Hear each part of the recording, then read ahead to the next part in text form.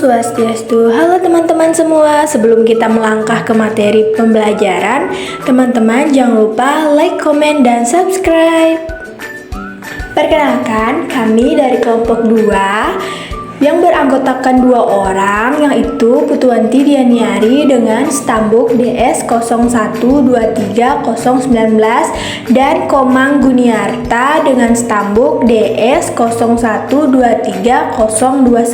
Oke teman-teman, kali ini kita membahas pembelajaran tentang proses dan fase perkembangan pada bagian empirisme. Nah, proses dan fase perkembangan merujuk pada perubahan yang terjadi pada individu atau sistem dari waktu ke waktu dalam konteks perkembangan manusia. Misalnya, ini mencakup perubahan fisik, kognitif, emosional, dan sosial yang terjadi di sepanjang hidup.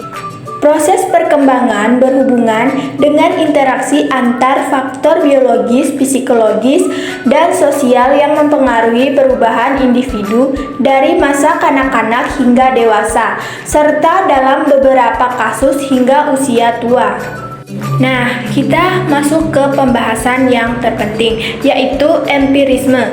Empirisme adalah aliran filsafat yang berpendapat bahwa pengetahuan berasal dari pengalaman inderawi, yaitu apa yang kita rasakan, lihat, dengar, cium, atau sentuh.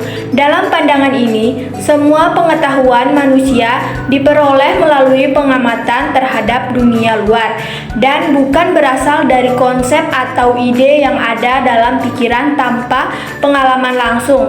Oleh karena itu, empirisme sangat menekankan pada pentingnya bukti yang dapat diamati dan diuji secara langsung. Konsep dasar empirisme adalah bahwa manusia pada awalnya seperti tabula rasa atau lembaran kosong, tanpa pengetahuan bawaan. Semua pengetahuan yang kita miliki dibentuk dari pengalaman dan pengamatan kita terhadap dunia. Dengan kata lain, pengalaman adalah sumber utama dari semua pengetahuan kita. Lanjut, konvergensi atau perpaduan. Teori ini merupakan sintesis dari empirisme dan relativisme yang berusaha menggabungkan unsur pembawaan maupun lingkungan, bahwa perkembangan anak selain dipengaruhi oleh pembawaan atau hereditaritas juga dipengaruhi oleh lingkungan. Lingkungan atau environment diartikan sebagai milieu alam sekitar, baik lingkungan sosial maupun non-sosial, atau baik lingkungan fisik atau non-fisik. Paham konvergensi ini dipelopori oleh William Strauss 1871 sampai 1938 dan Aldrich.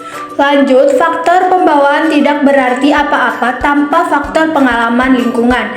Demikian pula sebaliknya, faktor pengalaman tanpa faktor pembawaan tidak akan mampu mengembangkan manusia yang sesuai dengan harapan, dan kondisi sosial menjadi sangat tidak sehat apabila segala pengaruh lingkungan merusak, bahkan merupakan potensi psikologi fisiknya.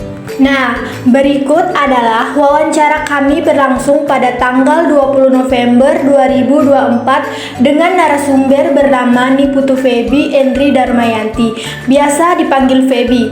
Feby adalah seorang gadis yang berusia 18 tahun yang lahir pada 3 Februari 2006 di Desa Duamayo, Kecamatan Bokat, Kabupaten Buol. Feby adalah anak pertama dari Bapak Inengah Karsa dan Ibu Komang Sri. Pekerjaan orang tua Feby yaitu petani, dan Feby sendiri sedang berkuliah di Universitas Tadulako, Fakultas Keguruan dan Ilmu Pendidikan, jurusan Bahasa dan Seni, program studi S1 Pendidikan Bahasa Inggris.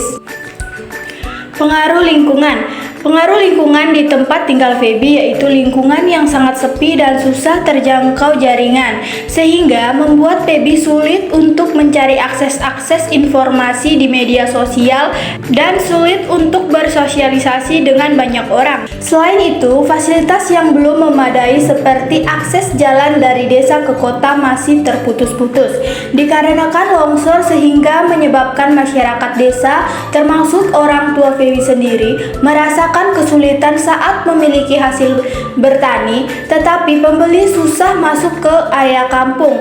Dan adanya akses jalan seperti itu sangat berdampak pada Feby yang hendak pergi ke sekolah sewaktu SMA. Dampak lingkungan terhadap mental psikologisnya, yaitu di desa sangat jarang sekali terlihat anak-anak muda yang seumuran dengannya berkumpul beraktivitas bersama layaknya seperti di desa-desa lain. Hal tersebut menyebabkan Feby selalu di rumah saja layaknya seorang introvert, dan ketika ia bertemu dengan orang akan panik dan cenderung diam, dan berpengaruh pada public speaking. Lingkungan seperti ini tentunya sangat berdampak pada mental psikologis. Dan ketika Feby kuliah di lingkungan yang jauh berbeda dengan lingkungan di desanya, Feby mulai bisa berinteraksi dengan siapapun dan mengikuti beberapa organisasi di kampusnya, sehingga banyak perubahan dari dirinya, tidak menjadi introvert lagi dan cenderung aktif di organisasi kampus maupun organisasi luar kampus, dan segi kemampuan cukup bagus. Baik, sekian video pembelajaran yang dapat kami sampaikan. Lebih dan kurangnya kami mohon maaf. Kami akhiri dengan Om Santi Santi Santi Om. See you next time.